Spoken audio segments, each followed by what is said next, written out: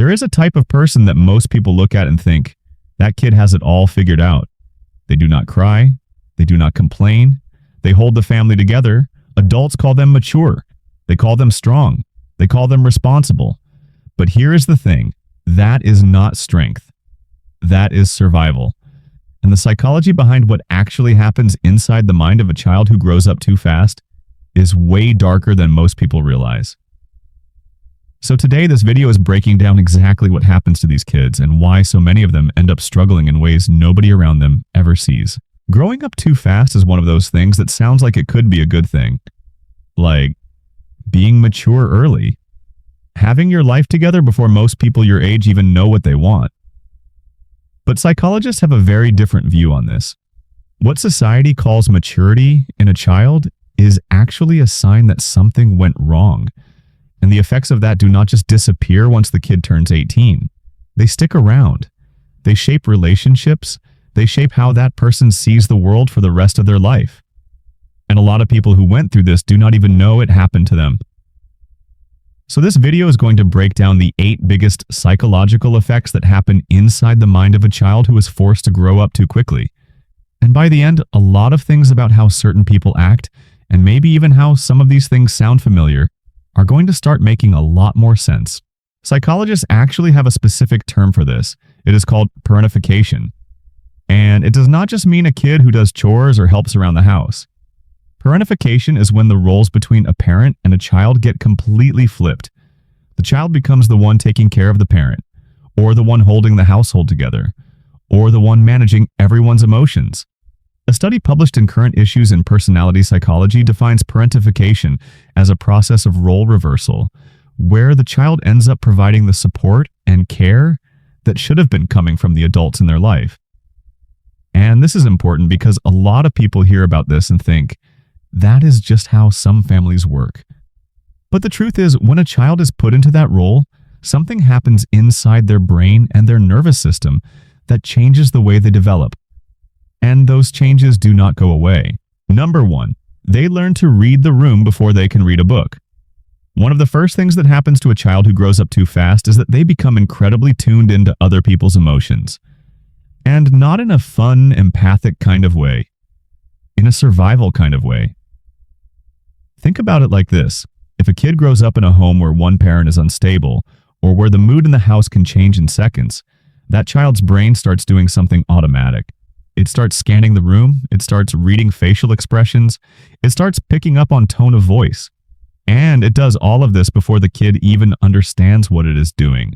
Research on childhood trauma and the nervous system shows that this kind of early stress actually reshapes how the brain processes information.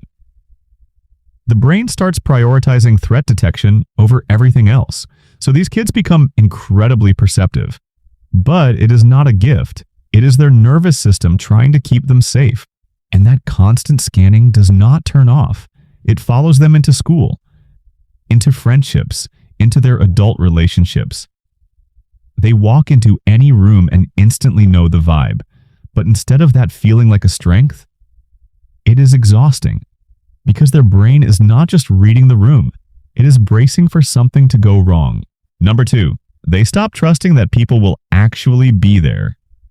This one is big, and it connects to a lot of other things that happen down the road. When a child grows up in a home where the adults are not reliable, whether that is because of addiction, mental health issues, or just emotional unavailability, the kid learns a very specific lesson very early on. And that lesson is, do not count on anyone. Psychologists call this a breakdown in attachment. Normally, when a child feels safe and supported by their caregivers, they develop what is called a secure attachment style. They learn that the world is a place where people will show up for them. But when that does not happen, the child builds a completely different internal blueprint. They learn that people leave, that people are unpredictable, that relying on someone else is dangerous. And here's the part that most people do not expect. That blueprint does not reset when the kid grows up. It just gets carried into every single relationship they have as an adult. Trust becomes one of the hardest things in the world for them to do. Number 3, they feel guilty for having needs. This might sound strange at first, but it makes total sense once you understand what these kids go through. When a child spends their childhood taking care of other people, putting everyone else first, making sure the house runs, making sure the parent is okay, they never really get to focus on what they need. And over time, something shifts inside them. Having needs starts to feel selfish. Asking for help starts to feel like a burden. Psychology today has pointed out that adults who were parentified as kids often carry a deep sense of guilt around even the most normal, healthy acts of putting themselves first. Things like resting. Things like saying no.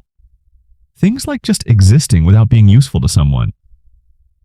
That guilt does not come from nowhere.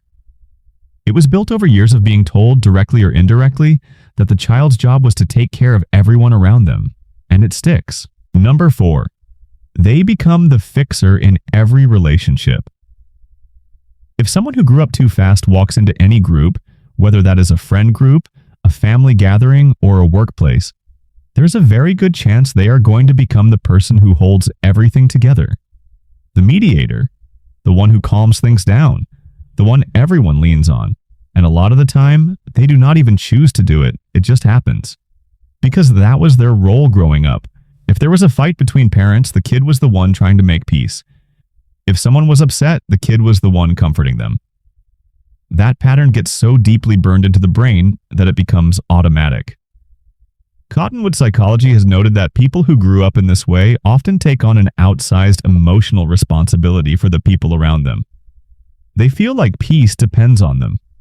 Like if they stop holding things together, everything will fall apart. And the problem with that is, it is an incredibly lonely way to live. Because while they are busy taking care of everyone else, nobody is really checking in on them. Number 5. They have a really hard time relaxing. This one ties back to what happens inside the nervous system.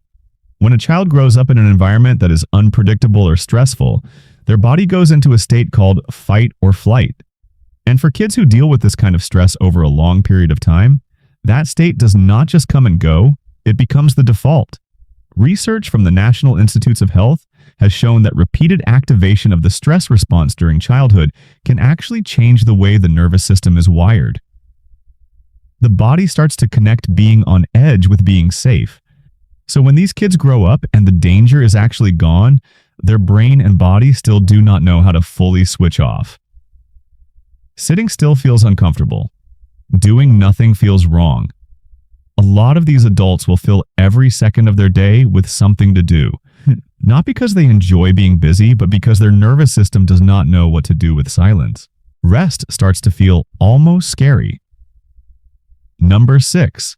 They struggle with understanding their own emotions. Here's something that does not get talked about enough. A child who spends their entire childhood focused on other people's emotions often never really gets the chance to understand their own. Think about it. If a kid is constantly reading the room, constantly managing someone else's feelings, constantly being the strong one, when does that kid actually sit down and process what they are feeling? The answer, for a lot of these kids, is never.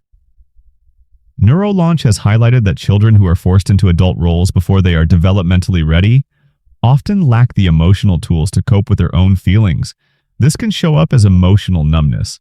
It can show up as not knowing how to name what they are feeling, or it can show up as intense outbursts that seem to come out of nowhere, because the emotions have been building up for years with nowhere to go.